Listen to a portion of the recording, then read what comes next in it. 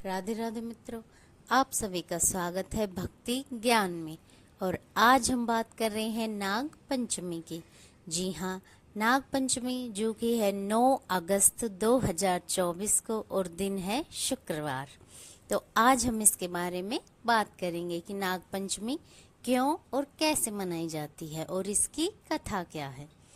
तो हिंदी पंचांग के अनुसार जो नाग पंचमी है वो सावन महीने के शुक्ल पक्ष की पंचमी को मनाई जाती है, इसलिए इसे नाग पंचमी कहते हैं।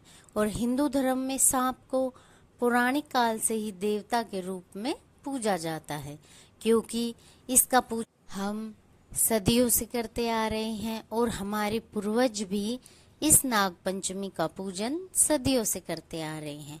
माना जाता है कि नाग पंचमी के दिन नागों की पूजा करने वाले व्यक्ति को कभी भी सांप से कटने का भय नहीं होता, क्योंकि वो इसकी पूजा करने से इससे मुक्ति पा लेते हैं। और नाग पंचमी के त्योहार पर नाग देवता के साथ साथ भगवान भोलेनाथ की पूजा की जाती है, क्योंकि ये सावन महीने में आता है। और भोले बाबा का रुद्र अभिषेक भी करते हैं। और जिस की भी कुंडली में काल सर्प दोष होता है उन लोगों को भी ये पूजा अवश्य करनी चाहिए, जिससे उनका काल सर्प दूर होता है और उनको विशेष आशीर्वाद मिलता है। और इस दिन नागों का अभिषेक करने के साथ साथ उनको दूध चढ़ाया जाता है और उनको दूध पिलाया जाता है।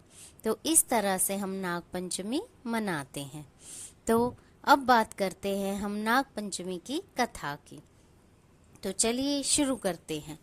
महाभारत के युद्ध के बाद पांडव अभिमन्यु के पुत्र परीक्षित को राजा बनाकर सारे पांडव स्वर्ग की यात्रा पर निकल गए थे। राजा परीक्षित की मृत्यु तक्षक नाग के डसने से हुई थी। अपने पिता की मृत्यु का बदला लेने के लिए जन्मेजय ने पृथ्वी के सभी नागों को मारने के लिए एक नाग दाह नामक यज्ञ किया।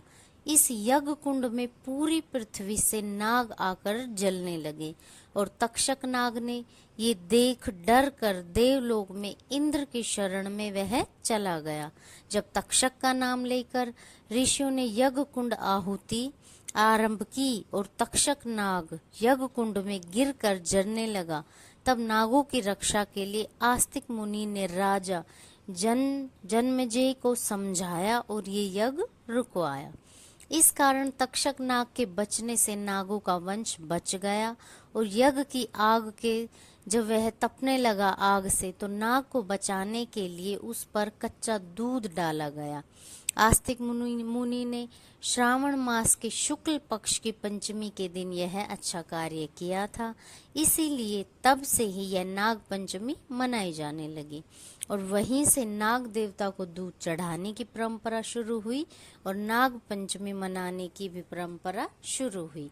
और तक्षक इसमें जो प्रमुख है वो 8 नाग हैं जिनकी पूजा इस दिन की जाती है, और जिसमें तक्षक एक ऐसा महत्वपूर्ण नाग है जिसकी पूजा की जाती है। तो ये थी हमारी नाग पंचमी की सारी जानकारी। और इस पर अगर आप चाहें या जिनकी लोगों की कुंडली में काल सर्प दोष है वो इस नाग पंचमी पर व्रत भी रख सकते हैं और शाम के समय भोजन कर सकते हैं, उनको भी विशेष लाभ होता है।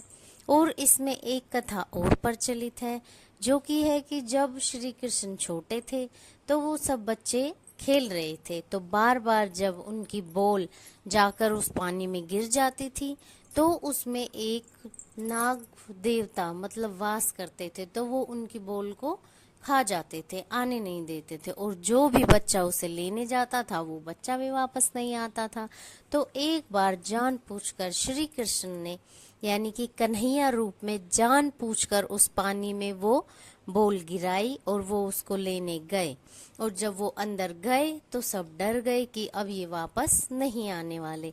लेकिन जब कन्हैया जी उनके फन पर बिल्कुल नाचते हुए ऊपर आए तो सब खुशी से झूम उठे और सब बहुत खुश हुए। और यशोदा माँ की भी जान में जान आई, क्योंकि वो अपने कन्हैया को देखकर बहुत ही खुश हुई।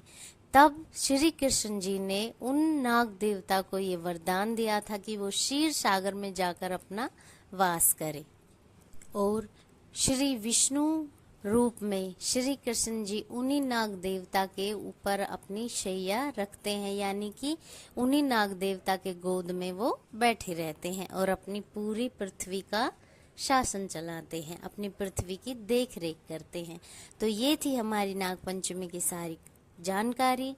तो इसे कीजिए, लाइक करें, शेयर करें, सब्सक्राइब करें। राधे राधे मित्रों।